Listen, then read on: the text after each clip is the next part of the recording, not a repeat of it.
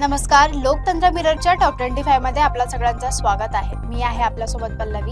तर चला एक नजर टाकूया आजच्या ठळक बातम्यांवर। महाराष्ट्रात एलपीजी तुटवड्याच्या चर्चेमुळे नागरिकांमध्ये चिंता।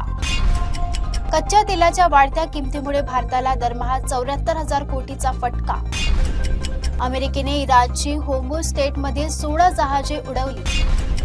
तेल टंचाईच्या संकटामुळे जगातील अनेक देशात वर्क फ्रॉम होमला प्राधान्य।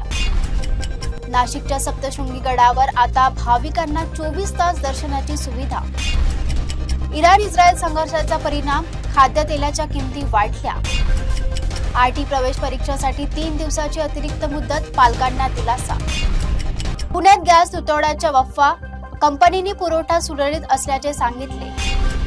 परभणी सेलू येथे अवैध वाळू वाहतुकीमुळे हायवा टिप्परचा अपघात। नागपुरात पुढील 48 तासात अवकाळी पावसाचा इशारा। कोल्हापुरात स्टॉलकडून पैसे उधळणारा महापालिका अधिकारी सापडला। महाराष्ट्र केसरी गदा, सरकार जमा करण्याच्या निर्णयाविरोधात आंदोलन।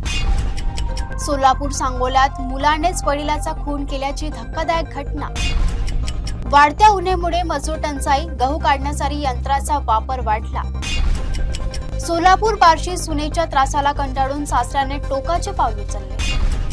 राज्यातील काही भागात उष्णतेच्या लाटाचा इशारा। कोल्हापुरात औद्योगिक गॅस पुरवठा बंद, घरगुती गॅस मात्र सुरळीत। पुण्यात पेट्रोलमध्ये इथेनॉलचे मिश्रण वाढण्याची शक्यता।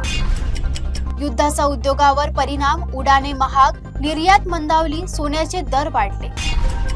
दुष्काळग्रस्त बीडसाठी नगर वन योजना रखडल्याने सरकारवर टीका। महिला हॉकी वर्ल्ड कप पात्रता स्पर्धेत भारताचा वेल्स विरुद्ध सामना। मध्य पूर्वेतील तणावामुळे भारतीय नौदल सज्ज, टँकर सुरक्षेसाठी हालचाली। जागतिक बाजारात तेलाच्या किमतीमुळे घसरण, युद्ध संपण्याचे संकेत। पद्मश्री डॉक्टर स्मिता कोल्हे यांना दर्पण पुरस्कार। कोल्हापूर किशनगड विमानसेवा एप्रिलपासून सुरू होणार। सध्या इतकंच, बघत रहा लोकतंत्र मिरर।